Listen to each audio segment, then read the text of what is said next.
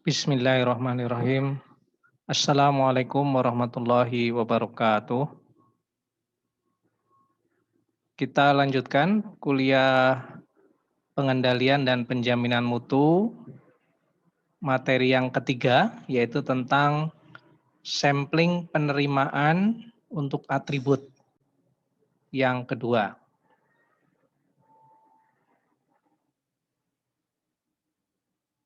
Ada beberapa poin nanti yang kita bahas, review sebentar tentang model acceptance sampling, kemudian untuk menghitung probabilitas di double sampling kita perlu Bayes rule, kemudian baru masuk ke double sampling, multiple sampling plan, standard sampling plan. Di dalamnya nanti ada dot romix dan ANSI dan yang lainnya. Oke, kita review dulu tentang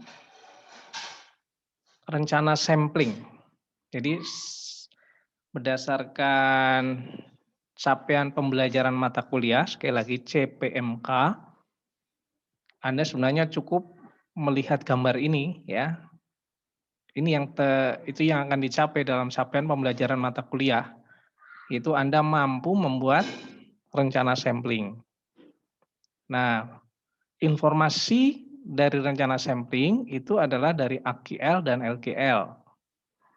Ya, AQL berkaitan dengan produsen, LQR berkaitan dengan konsumen. Yang kemarin di sampling tunggal kita sudah coba membuat perencanaan sampling berdasarkan AQL saja, LQL saja, atau dua-duanya.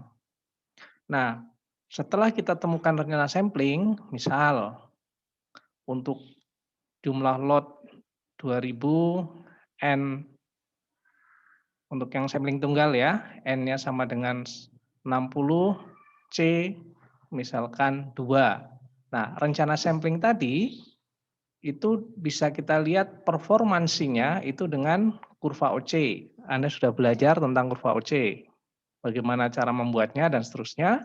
Kemudian rencana sampling ini dievaluasi dengan AOQL. Anda masih ingat ya, AOQL adalah titik maksimum dari puncak ya, atau puncak dari kurva AOQI.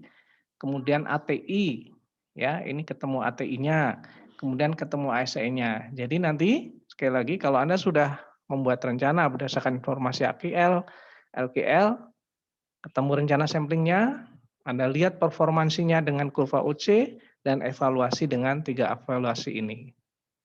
Oke ya, saya kira cukup jelas. Oke, kita lanjut tentang Bayes rule atau aturan Bayes. Ini sebenarnya sudah Anda pelajari di probabilitas. Ya, jadi persis sebelum ujian tengah semester. Kebetulan untuk semester ini saya yang ngajar. Ya. Inti dari Bayes rule ini adalah probabilitas bersyarat.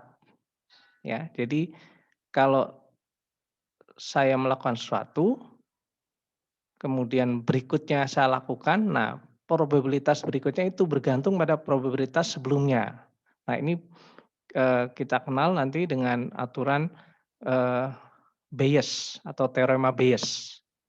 Nah intinya ini dia sampaikan begini, informasi yang kita peroleh dapat dari sampel itu bisa menjadi consider ya sequence in nature. Based on past knowledge, berdasarkan pengetahuan masa lalu dan seterusnya, when my formulate a prior distribution on unknown population parameter. Ini teorinya ya tentang Bayes rule. Berdasarkan informasi sampel, the prior distribution could be updated to develop a posterior distribution of the parameter. Nah, konsekuensinya distribusi posterior ini become the prior as far as sample are taken and all of accumulated information used to make decision. Jadi ini konsep dari Bayes rule. Nah, yang akan kita pakai sebenarnya itu hanya rumus ini ya. Jadi nanti untuk menghitung, nanti kita akan aplikasikan langsung. Sebenarnya kemarin juga sudah ya dicontoh ketika menghitung ASN ya untuk double sampling ya, contohnya itu sudah diberikan. Nah, secara umum itu berlaku seperti ini. Probabilitas kejadian B yang ke I dengan syarat A itu rumusnya seperti ini. Ya. Atau yang seperti ini. Nah, yang akan kita pakai nanti hanya 2. Ya, untuk kita pakai adalah I-nya ini diganti 1 sama dengan 2. Oke, kita lihat contohnya dulu ya untuk menghitungnya. Kalau di sini contohnya kebetulan 3, tapi nanti di aplikasi di double sampling itu hanya 2. Ini ada 3 vendor B1, B2, B3 memproduksi microchip ya. Kemudian kemungkinan defect dari B1 itu 0,01, B2 0,03, B3 0,05. Kemudian di sini diketahui since the part all look alike ya, jadi di atas have no company identification, tidak ada mereknya dari perusahaan B1, B2, B3 atau vendor B1, B2, B3 dan tidak mungkin mengidentifikasi vendor. Nah, kemudian diasumsikan 30% dari B1 dan B2 50, B3 20. Nah, ini pertanyaannya berdasarkan data tadi ya. It's found to be non-conforming. What is the probability that it's which product by vendor B1, by vendor B2 dan by vendor B3. Jadi kalau kita temukan ada produk yang bermasalah atau cacat dengan histori seperti ini, dengan komposisi seperti ini, 30%, 50, 20. Nah, berapa? Nah, itu kita hitung dengan Bayes rule tadi. Ya, ini probabilitas B1 sekian, B2 sekian, ini dari data tadi ya. Probabilitas B3 sekian, ya. Ini dari komposisi, kemudian ini dari probabilitas bersyarat. Ya. A itu adalah observing defective parts ya, probability dari B1 cacat adalah 0,01, ini datanya dari soal ya, PA B2 0,03, PA B3 0,05. Nah, tadi kan yang ditanya sekali lagi adalah dari berapa probability produced by vendor B1. Nah, ini yang ditanya adalah B1 yang cacat. Ya. Maka rumusnya kalau ini sudah dimasukkan angkanya ya. Tapi kalau kita lihat berarti di sini ini adalah PAB1 dikalikan PB1. Ya, kemudian bawahnya dijumlah. Ya, ini PAB1 kali PB1, PAB2 kali PB2, PAB3 kali PB3. Dijumlah, dihitung, ketemu ini. Ya, tentu saja kalau udah B1A, B2A ketemu-ketemu maka PB3A sama dengan segini. Ya. Ini sekali lagi konsep ini akan dipakai nanti di double sampling plan. Memang di ilmu probabilitas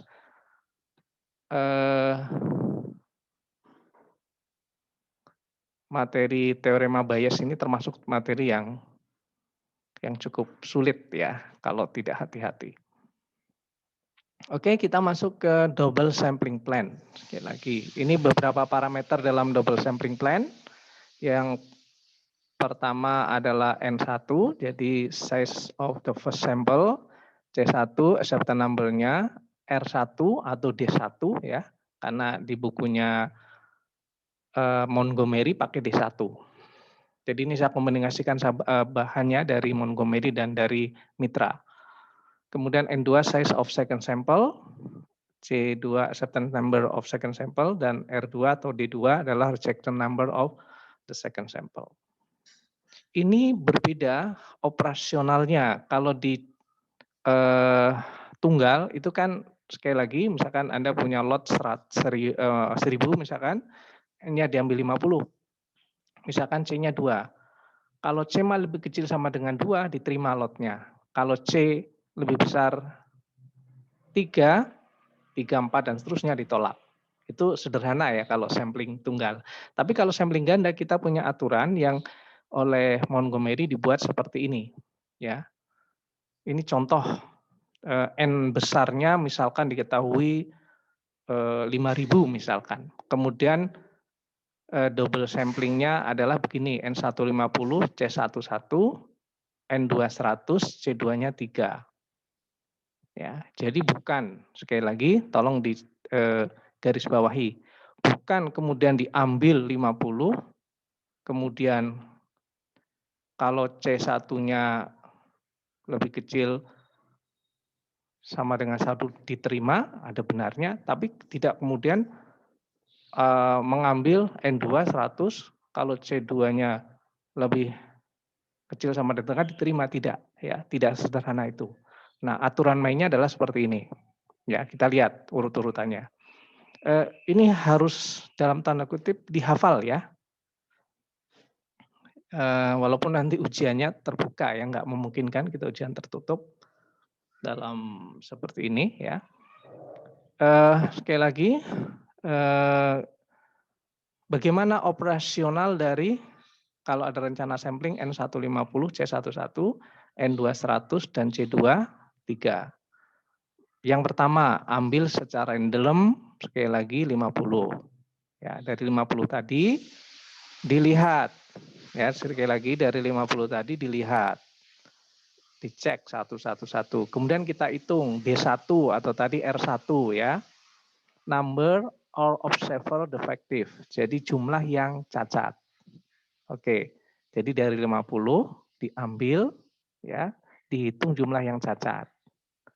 Nah, ini yang tadi, ini yang sampling tunggal hanya di sini ya, atau di sinilah ya. Tapi yang bagian atas. Nah, kondisi pertama tentu saja ketika D1-nya lebih kecil dari sama C1 atau sama dengan 1, ya, maka langsung diterima. Jadi untuk kasus ini ketika defeknya 0 dan 1 langsung diterima. Berhenti rencana. Jadi sudah selesai, langsung diterima. Jadi nggak harus sampai ke pemeriksaan yang kedua. Ya. Juga begini, ketika D1-nya atau R1 ya tadi jumlah yang defect itu lebih besar sama dengan 3, perhatikan di sini. Bukan lebih besar sama dengan 1 ya, tapi kita lihat di yang C2. Jika D1 lebih besar C2, langsung tolak. Juga berhenti, sudah tidak perlu dilanjutkan ngambil sampling yang kedua. Oke ya, bisa dipahami ya. Lebih kecil, langsung terima dari C1, lebih besar, tidak ada sama dengan ya. Dari C2 langsung ditolak. Nah, baru dilanjutkan mengambil sampling yang kedua, itu ketika D1-nya lebih besar 1 dan lebih kecil sama dengan 3. Atau dalam kasus ini D1-nya adalah 2 dan 3. Jadi ketika jumlah defeknya dalam lot yang pertama ini, ya, itu ada 2 dan 3. Sekali lagi, dari lot yang 50 ini, maaf, dari N1 dari sampling yang 50 ini, terdapat D1-nya 2 dan 3, maka baru dilanjutkan ngambil sampling yang kedua. Sejumlah 100. Dihitung lagi dari 100 tadi ya, berapa yang defect. Nah, kalau, ini hati-hati, sekali lagi, kalau D1 ditambah D2 lebih kecil sama dengan 3, maka diterima. Jadi tadi misalkan di sini 2 D1-nya. Nah, kalau D2-nya yang dari sini itu 0, berarti kan 2 ditambah 0 lebih kecil, 3 diterima. Jadi kalau dari sampling kedua ini tidak ada yang defect, diterima. Kalau ada yang defect 1 bagaimana? Misalkan di sini 2, D1-nya 2 tambah defect 1 sama dengan masih diterima. Jadi ketika D1 sama dengan 2, yaitu 2 atau 3 di sini sama dengan yang pertama yang 2, maka diterima ketika D2-nya 0 atau 1. Oke. Nah, sekarang kalau D1-nya sama dengan 3, maka di sampling yang kedua tidak boleh ada yang defect ya. 0, karena begitu ada yang defect 1, langsung berhenti. Karena kan 3 ditambah 1 udah lebih besar dari C2, langsung reject. Begitu ya. Oke. Ini standar yang akan saya uji.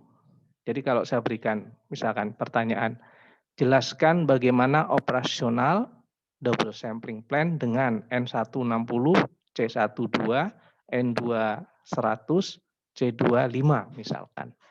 Maka Anda harus bisa menjelaskan. Nah, cara paling mudah ya buat saja seperti ini ya. Persis seperti ini. Ini ambil ini, accept jika, reject jika, ambil kedua, accept jika, reject jika. Oke. Sekali lagi, bagian ini pasti akan saya tanyakan di ujian. Oke, ya.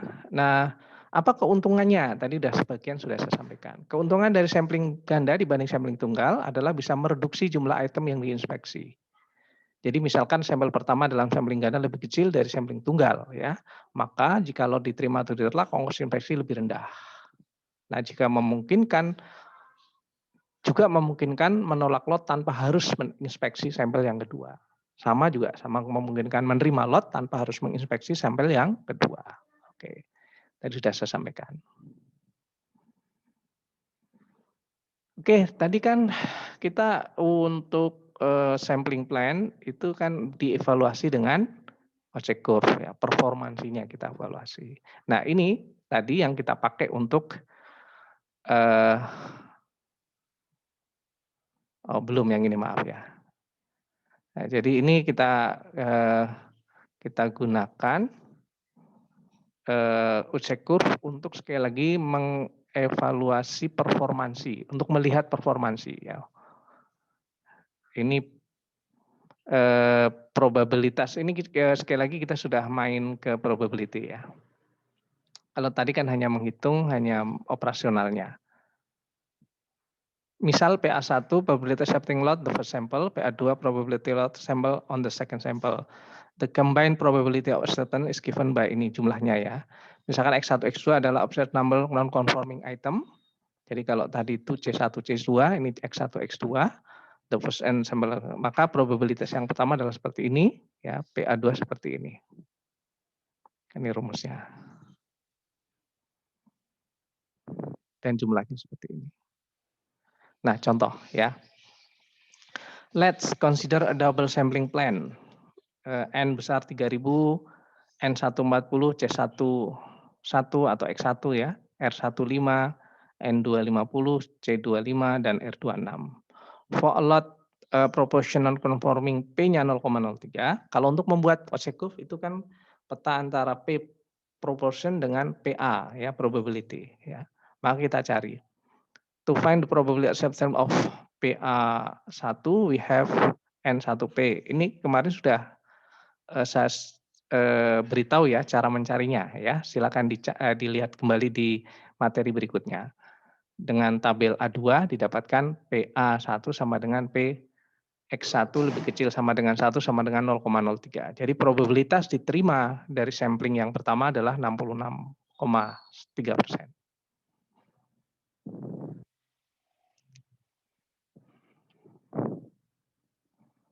Ya, kemudian PA2 tadi ada di penjelasan yang ini sebentar. Nah, ini di sini ya. Ini penjelasannya ini, yang saya jelaskan tadi ini akan menjelaskan, kalau yang tadi yang ini, ya, yang PA1 yang ini. Ini PA2 yang ini. Kita lihat untuk kasus ini. Ketika X1-nya, tadi kan R1-nya 5, R2-nya 6 gitu ya. Kalau yang di tabel tadi pakai D1-nya 5 dan D2-nya 6. Jadi ketika X1-nya 2, ya kan X2-nya boleh maksimal 3. Oke ya tadi ya. Sekali lagi, ketika X yang defect di sampling pertama 2, ya berarti kan maksimal X2-nya sama dengan 3. Atau ini sebenarnya berjalan probabilitas X2-nya 0, 1, 2, 3. ditambah ketika X1-nya sama dengan 3, tadi kan sampai 5 ya, kalau 5 langsung tolak, tapi ini kan masih diterima. PX1-nya 3, maka PX2-nya lebih kecil sama dengan 2, maksimal 2, 0, 1, 2. Ketika PX1-nya 4, maka ini hanya boleh 0 atau 1. Ya, oke? Saya kira sudah jelas ya. Nah, ketika kita ingin menghitung X2 lebih kecil 3, tentu saja Anda sudah bisa menghitung ya. Maka penjumlahan dari PX2 0, PX2 1, PX22 dan PX23. Ya. Sehingga kalau kita masukkan di sini, ini angka-angkanya ya. Nanti bisa dilihat di tabel semua ini ya, nanti dicermati ulang di bukunya atau di tabelnya ya. Itu ketemu misalkan PA2-nya adalah 0,2259 sehingga probabilitas diterimanya adalah 0,988 atau 0,9. Oke.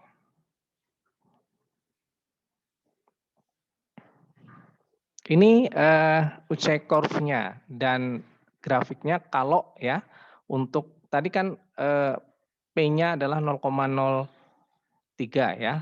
Jadi maaf. Di sini kan P kecilnya 0,03. Itu ya hanya satu titik di sini ya, 0,03 di sini, tarik garis ini ketemu nih ya. PA1 tadi 0,6 berapa ya. PA-nya itu adalah 0,88 atau 0,9 di sini kira-kira. Ya. Oke ya, kebayang. Oke. Nah, tentu saja untuk menggambarkan grafik ini kita harus hitung untuk P yang lain. Caranya sama. Repeating this computation for several value of the proportion non-conforming P allow us to construct the OC curve for the double sampling plan. Ya. Oke. Ini OC curve-nya. Kemudian yang sebelah kanan tadi kita akan menghitung ASN ya.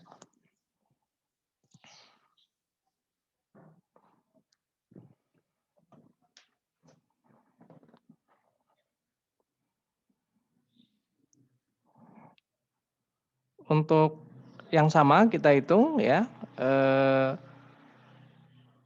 Rumusnya silakan dilihat lagi di pertemuan yang kemarin ya.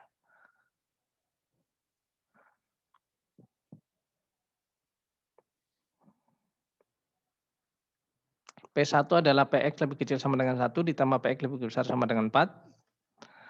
Kemudian ini bisa diperoleh dari tabel A2 tadi ya. Sehingga kita bisa peroleh rumusnya seperti ini. Ya. Saya kira ini gampang ya rumusnya dan merumuskan seperti ini.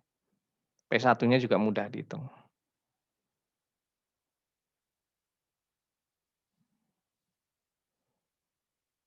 Oke.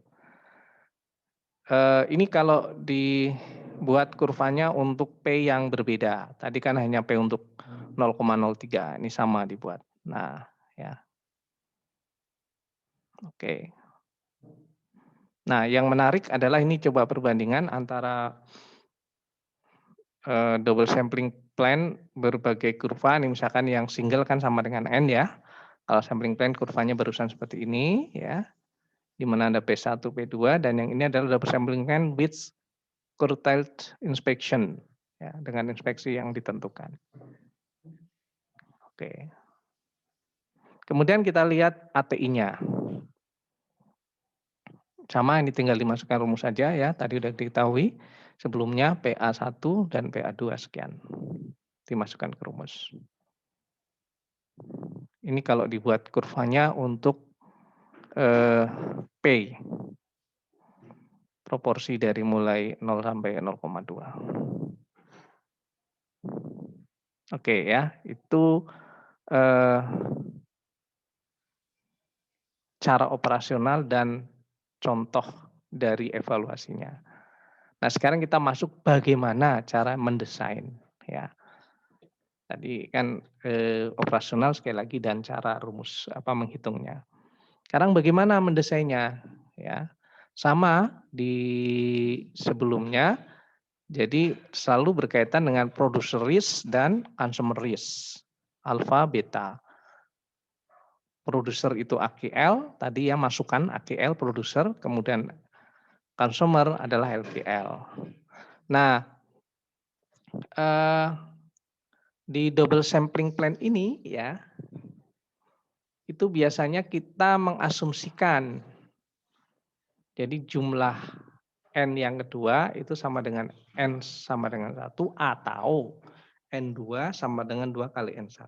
Sekali lagi, di double sampling plan, sampling yang kedua, N-nya, N2 itu diasumsikan N sama dengan 1, sama dengan N1 atau 2 kali N1.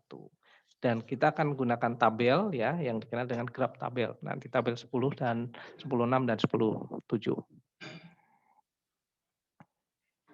Oke, langsung saja kita bagaimana mendesain. Diketahui lot size-nya 2.500, kemudian desire to reject batch 1,2 not following no more than 5. Nah, ini mulai susah nih menafsirkan, hati-hati ya kalau dalam bahasa Inggris. Kalau yang sudah saya terjemahkan sih biasanya sudah langsung mengarah ke alfa, P1, beta, P2 begitu ya. Tapi kalau ini kan kalimatnya seperti ini hati-hati sekali lagi tolong perhatikan ya. Is desire to reject batch that A 1,2. Berarti ini AQL dari kacamata produsen ya, non conforming no more than 5% berarti alfanya. Of the time well batch dates are, ini kan tidak disebutkan dari produsen dan konsumen, tapi sekali lagi kalau saya membuat soal biasanya sudah langsung saya sebutkan. Ya, produsen sekian, konsumen sekian. That's A 7,5 adalah LKL-nya ya. Dan accepted 10% adalah betanya. Dan asumsikan the same of style A equal artinya N1 sama dengan N2. Nah, kemudian di sini ini the producer stipulation must be certified exactly. Jadi yang diutamakan di sini adalah produsen.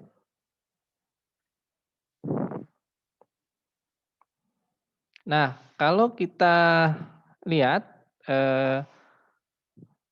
kita hitung dulu R-nya ya. Jadi kita hitung R itu perbandingan dari P2 dibagi P1. 6,25.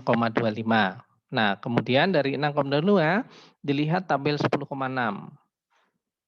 6,25 itu terdekat dengan 679. Ini tabelnya ya.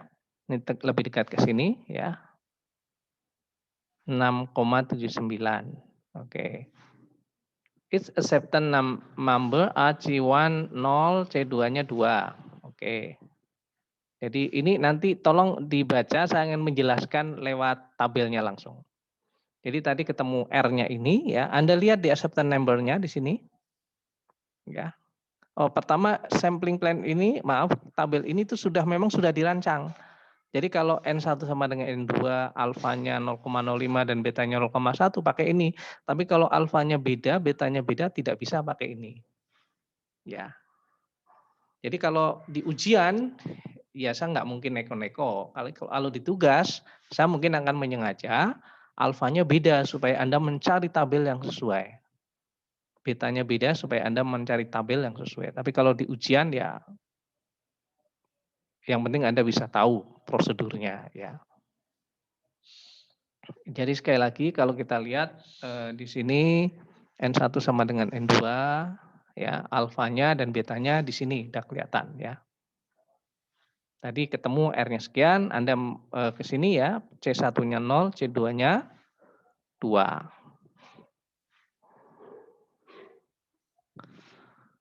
Ya. Nah, kemudian diketahui dari tabel ini sekali lagi PA-nya untuk PA 0,95 itu P1-nya adalah untuk P1 0,012 tadi ya. Ini P1 0,12 itu bisa dicari, nih di sini dilihat nih. Ini 0,95 ya sekali lagi. yang sebelah sini ya, PA 0,995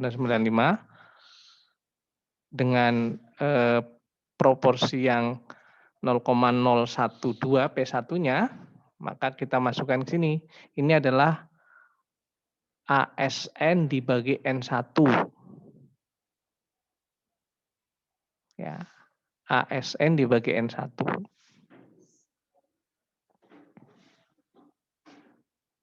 Di sini diperoleh,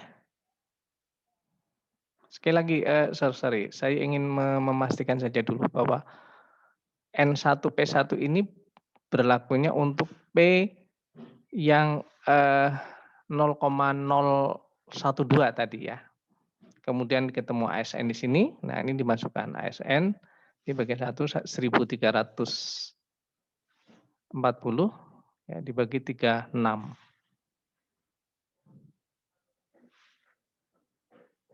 Maaf, kebalik.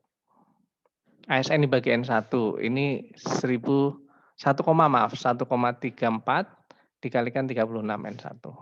Ya, jadi titik ini bukan ribuan tapi koma. Oke ya, saya kira ini.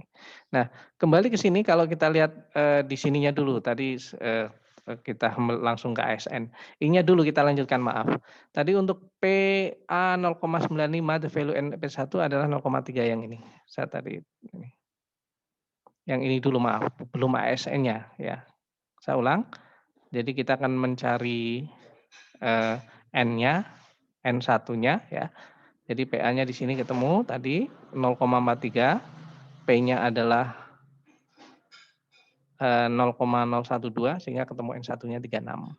Nah, karena tadi N1 N2-nya sama berarti 36. Sehingga rencananya ini. Dan the value of R1 and R2 about assume 3. Jadi R1 R2 itu ditentukan oleh peneliti.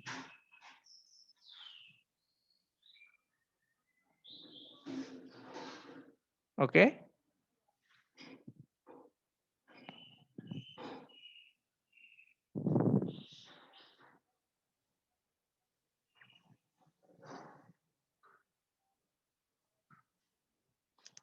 Ya, tadi berikutnya yang untuk menghitung ASN.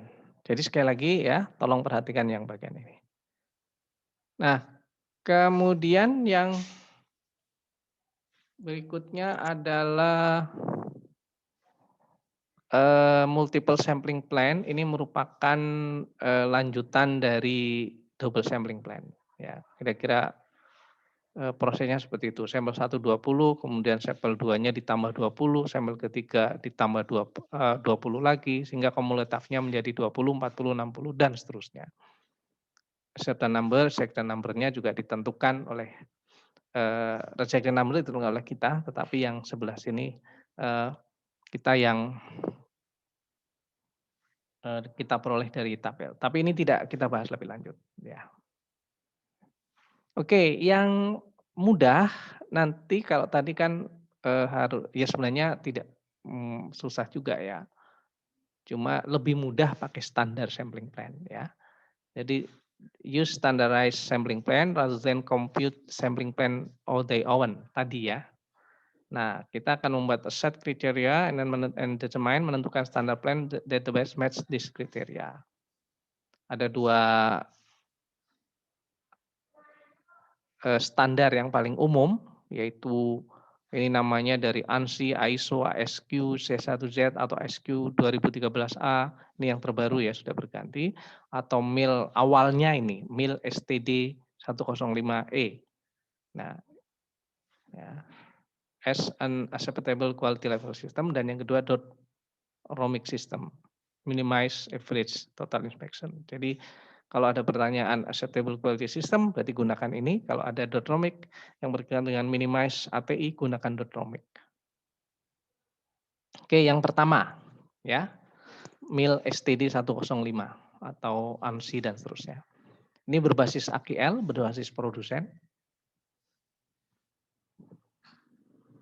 Jika rata-rata proses P lebih kecil dari AQL, maka rencana ini desain untuk menerima mayoritas lot. Sekali lagi, jika P-nya lebih kecil dari AQL, rencana ini didesain untuk menerima mayoritas lot. Nanti ada 3 level inspeksi, yaitu longgar, normal, dan ketat. Dan ada aturan perpindahan dari 1 ke 2, ke 3, atau sebaliknya. Ya, kita lihat prosedurnya, aturan perpindahan dalam sampling plan. Jadi sekali lagi, standar ini ya, MIL atau ANSI dan seterusnya ini adalah setelah kita peroleh dalam pelaksanaannya itu ada aturan perpindahan. Ya. Nah ini aturan perpindahannya. Misalkan kita mulai dengan normal. Ya. Misal kita dapat N1-nya 50, NC-nya 2 misalkan ya. Kemudian kita cek. Nah, kita lihat lotnya ya. Nah, kita yang ke ini dulu ya. Kalau ini normal, ini longgar, yang ini ketat, yang sebelah kanan. Kalau terjadi produksinya steady, bagus, 10 lot secara berurutan diterima ketika di sini ya, approved by responsible authority, jadi orang KIS-nya juga bilang, oke, lakukan reduksi, kurangi. Ya. Tadi N1-nya berkurang, C-nya berkurang. Ya. Nah, ketika diredus, itu kok terjadi lot yang reject, langsung kembali ke normal. Atau ada produk yang tidak reguler atau yang hasil lembur, kembali ke normal. Ya.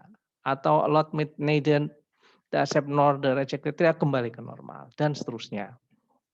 Ini lagi di normal, tiba-tiba 2 dari 5 lot itu reject ke ketat. Misalkan dengan N1-nya bertambah, C1-nya bertambah. Kemudian ketika diketat berjalan 5 lot berlangsung berturut-turut, itu diterima kembali ke normal. Itu normal. Jadi titik awalnya dari normal. Oke ya. Nah, kalau di ketat ini kok 10 consequence lot remain on take inspection, maka stop ya, inspeksi. Lakukan perbaikan. Kira-kira begitu.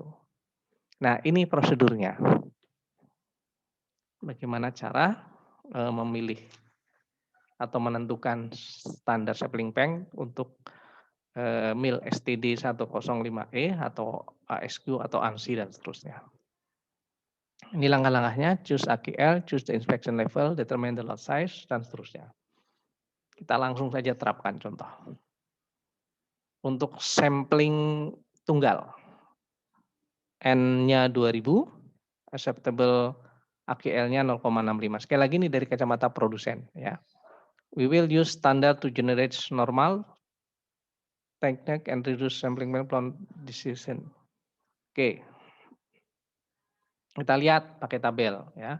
Follow 2000 under inspection level 2 ini diawali dengan normal, sekali lagi tabel sekian menunjukkan sampel kodenya adalah K ini. Jadi kalau kita lihat ini lotnya 2000 kalau kita ambil yang general inspection level ya, ini 2 ketemu huruf K yang ini. Jadi bukan yang spesial. Mungkin yang spesial ini produk-produk tertentu. Ya, oke. Kemudian lihat tabel 15.5 for a single sampling plan. Jadi tabel 15.5 itu memang sudah dibuat khusus untuk single sampling plan. Ya. Oke. Kita lihat untuk normal sekali lagi single sampling plan untuk normal. Ya. Yang 15.6 single sampling plan untuk ketat. Jadi sudah ada tabel. Untuk yang longgar di sini nggak ada, di buku nggak ada. Ya, jadi ini contohnya hanya untuk longgar dan normal dan ketat. Nah, kita lihat di sini untuk yang pertama ya. Tadi yang di sini disebutkan sekali lagi master table for normal inspection for single sampling. Normal inspection for single sampling. Ya, ini mil STD 105E. Nah, ini tadi kan sampel size code-nya adalah K, ini sampel size-nya 125. Nah, kemudian tadi 0,65 tadi dari sini, maaf bentar. Ini AQL-nya 0,65. Maka dilihat yang bagian atas ini. Acceptable quality level, normal inspection ini 0,65, ketemu di sini. AC-nya atau C-nya adalah 2, R-nya adalah 3.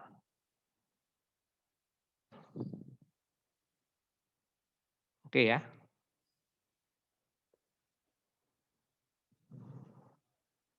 Kalau yang ketat, ini tabelnya, Tighten inspection, tighten inspection for single sampling. Ya, ini ketemunya 125 tapi C-nya yang turun ya. Dan R-nya 12. Kalau ini kan 23, ini 12. Jadi kalau ketat samplingnya sama tapi ukuran ininya yang berbeda, C1 dan R1-nya. Ya, ini yang dijelaskan di sini. Oke. Nah, bagaimana kalau ganda? Ya, diketahui ukuran rotnya 1000, AKL-nya ada 15, inspeksi level 2 untuk ini kita lihat. Sama dilihat dari tabel tadi, ya. Ini ketemu J untuk 1000 ya. Ini kan tadi 1000 sekali lagi lotnya. J. Kemudian sama dilihat lagi untuk yang, nah ini kalau ini bukan yang double itu di buku itu juga nggak ada, tapi saya cari di ISO di ini sebelah sini nih. Ada ISO 28591 1989E itu saya menemukan double sampling plan for normal inspection. Jadi untuk normal double sampling plan for normal inspection. Nanti kalau untuk yang ketat ada tabelnya lagi. Ini J, ini first, second. Ini asumsinya N1 sama dengan N2 yang sebelah sini, yang ini N2 sama dengan 2 kali N1. Nah ini untuk 15 ya, ATL-nya 15%, turun ke bawah di sini, 11, 25, 16, 27. Ini yang ini ya, sebentar. Zoom in. Ya, di sini nih ya. Ini. Jadi ini AC dan RE. Ini yang ini 50 sampel size yang pertama dan kedua. Oke. Jadi sekali lagi ini yang ketemu ini. Ini yang sama maaf ya. Kalau yang bagian bawah yang ini 1126 dan kalau yang N1-nya 50, N2-nya 100 itu yang bagian ini sebentar.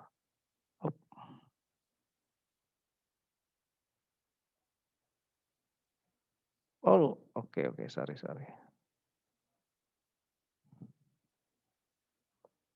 Yang ini ya. Ini tadi 1126. Yang satu 1627. Tapi kita pakai yang sama ya sampel size-nya. Oke. Ya. Nah, kemudian yang berikutnya, standar yang berikutnya adalah Dot-Romic Plan. Ini berbasis LKL. Kalau tadi kan berbasis produsen, ini berbasis konsumen. Ya. Mungkin ada yang tanya bagaimana mengkompromikan, saya belum baca ya, bagaimana mengkompromikan dengan standar ya.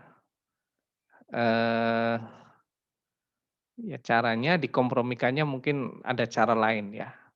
Saya belum membaca, terus terang saja, belum mencari bagaimana mengkompromikan. Kalau di sebelumnya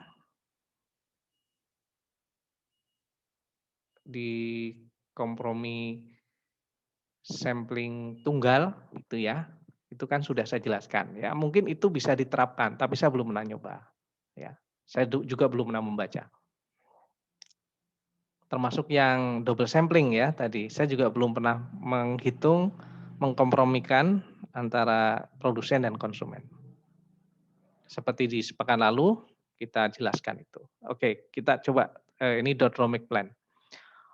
tidak mengenal normal longgar ketat. Pokoknya langsung hantam kalau ini ya. Ini find a dendrochromic plane when lot size-nya 700, LKL-nya sekian, dan P-nya adalah 1,3 non conforming. Single plane is desired.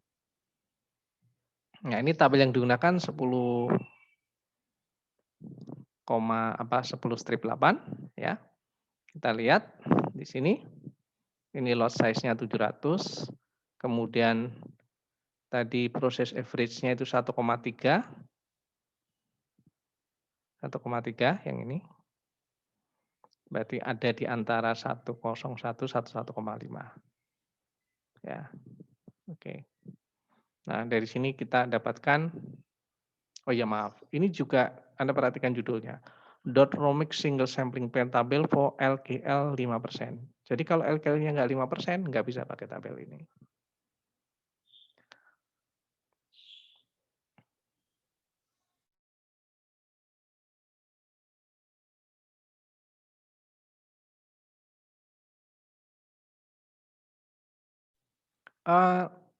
Saya belum mencoba.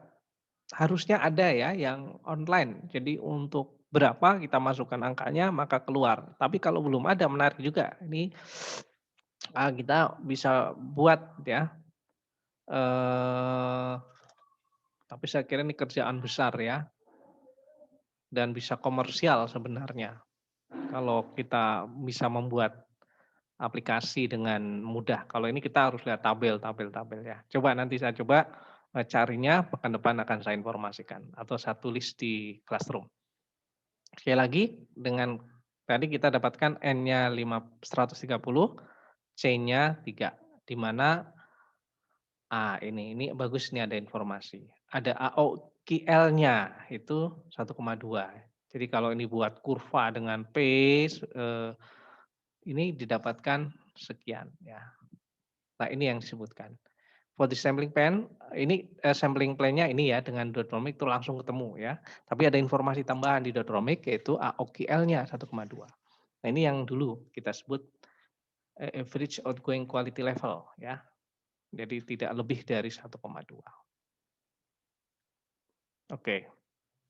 Nah, kemudian if the process average were, jadi ketika proses average-nya tadi 1,3 tidak diketahui, the maximum least value of the process average will be used in this case in range 2, sampai 2,5. Jadi kalau tidak diketahui maka ambil range yang 2 sampai 2,5. Jadi 2,5 yang ini yang paling sini paling kanan itu ketemunya nih 200 sama 6 ya. Maaf. 200 sama 6 yang ini. Oke ya, itu dendrochromic. Nah, kemudian yang terakhir, ini tidak saya bahas lebih lanjut, tapi ada beberapa. Ada attribute plan, ada chain sampling plan. It's used for tests that are costly or reductive. In this situation, the sample size must by necessity be small. Sampling plan with small sample size usually have a certain number C that is 0. Ya, biasanya C-nya 0. Di buku textbook itu tidak dijelaskan. Memang untuk tahap pemula begitu ya, ini tidak dijelaskan. Kalau mau untuk tugas akhir atau apa baru mungkin nanti ada paper yang menjelaskan tentang ini. Terus sekali lagi di bukunya Montgomery sama bukunya Mitra tidak dijelaskan. Kemudian yang terakhir adalah sequence sampling plan. Ya, sequential ya. Itu multiple sampling plans ya, tapi dengan jumlah yang berbeda-beda ya. Jadi kira-kira gambarannya seperti ini. Ada daerah tertentu ya. Jadi kalau ini ditolak, kalau ini diterima ya di daerah continue sampling region dan seterusnya. Yap. Oke, ini kemarin kan saya rencanakan pekan ini ada kuis, tetapi karena sudah ada tugas ya, karena materi join webinar antara UTM dan UTS tentang quality monitoring bagus ya oleh Prof. Adnan, sehingga saya wajibkan Anda ikut acara Senin malam, ya. Kemudian Anda buat ringkasan dalam bentuk peta pikiran, Anda upload lewat, kalau dulu lewat OCW, tapi sekarang sudah saya pindah ke lewat Classroom. Maka kuis saya tunda pekan depan, ya. Dan insya Allah pekan depan dengan cara yang sama akan saya siapkan video, materi, saya upload di YouTube. Dan Google Drive bisa diakses melalui Classroom. Gitu ya, sekali lagi. Pekan ini kuis diganti tugas, baru pekan depan kuis. Kuis bentuknya nanti sekali lagi pilihan ganda, nilai langsung bisa terlihat setelah ujian. Atau setelah kuis, maaf. Ya, baru nanti di ujian akhir itu hitung-hitungan semua yang ada hitung-hitungan. Nanti menjelang ujian akhir, ada tugas berkaitan dengan hitung-hitungan. Cukup banyak nanti tugasnya. Jadi semua materi akan saya uji berkaitan dengan hitungan, itu akan saya berikan tugasnya. Jadi untuk memperlancar ya, tugas fungsinya untuk memperlancar. Baru setelah ujian nanti waktunya terbatas, Anda sudah lancar.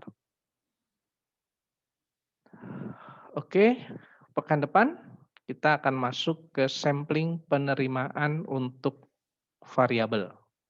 Nanti 2 kali pertemuan ya. Nanti update kuliah akan saya share melalui ketua kelas, koordinator mata kuliah maksudnya, ya, A dan B. Itu yang saya sampaikan, semoga dapat dipahami dan jangan puas dengan apa yang saya sampaikan, silakan belajar dari YouTube, cari informasi, textbook-nya jangan lupa dibuka 2 textbook utama ya, jangan tidak pernah dibuka ya. Kalau apa yang di sini kurang jelas dibuka textbook-nya. Oke? Siap. Ya. Kita akhiri, billahi taufiq wal hidayah. Wassalamualaikum warahmatullahi wabarakatuh.